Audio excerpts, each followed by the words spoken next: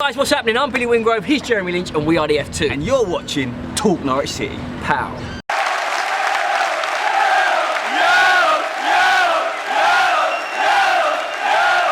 Hey, what is going on, guys? Talk Norwich City here, back for another video. I hope you guys are really well. Today I'm going to be coming back for my predicted 11 versus Stoke. You guys have really been enjoying this series so far, and I have as well. So far, I think I've got my teams pretty much correct. Last week I had a few wrong, but you know, it didn't go too badly, so I'm not moaning about that. But as always, this is the team I want to play, not the team that I think Alex Neil will play, solely because I think we've got slightly different looks on how the team should play. So in goal, obviously, our man, John Ruddy, solid goalkeeper, played well so far this season.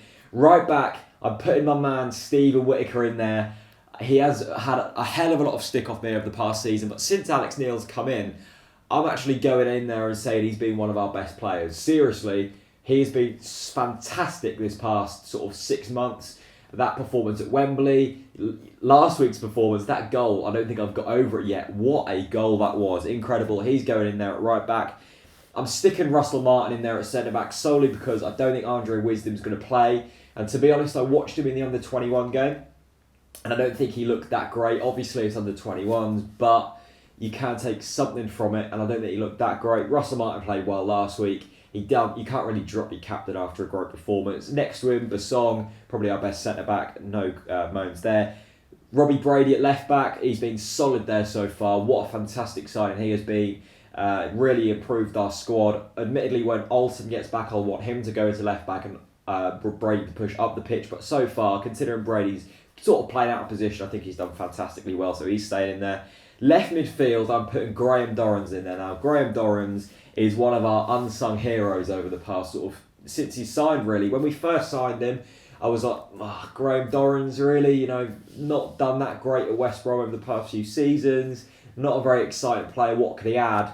And he's actually added a hell of a lot to the team. He does so much that you don't really see. He's sort of like an Alexander Tete in that way.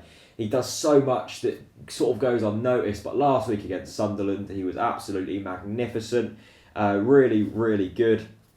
Absolutely fantastic. Johnny Howson in the middle, I'd probably go out there and say he's our best player. Just an absolute maestro in that midfield. He's got to stay in there. Next to him, Alexander Tete.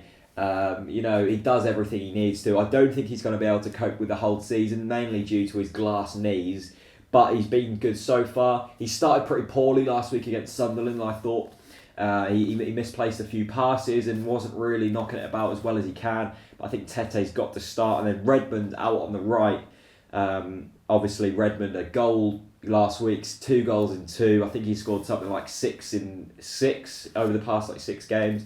He's been in magnificent form, makes things happen. This is the big season for him, and at the moment he's really stepping up, which is so good to see.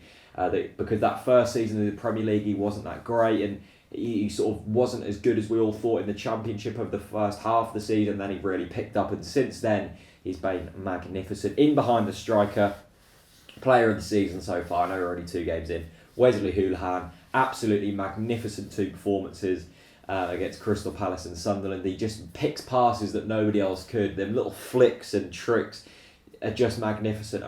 As I say all the while, I don't think we realise just how good Wes Hoolahan is until he leaves. He's one of them kind of players. There is no one else out there like him, in my opinion, for that kind of price tag. You know, obviously like David Silva and stuff played a similar kind of game, but Wes Hoolahan's just magnificent. And then up top, Cameron Jerome, he deserved the goal last week. How he didn't score, I don't know. He put in such a shift. He was winning back balls. He just adds so much more to the game than Lewis Grabban. If you tell me that Lewis Grabban is a better striker than Jerome, I'm just going to laugh at you because he's not. Jerome adds so much more to the game.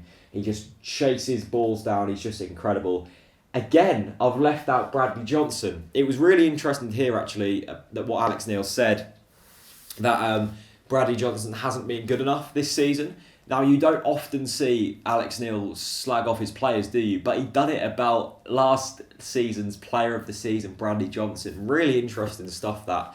But I just don't think he's better than any of them players, to be honest, which is crazy to think. Leave me your thoughts on that team. And yeah, hopefully another win coming up against Stoke. A preview coming up soon. Loads of match content coming up. Thanks for watching and peace out.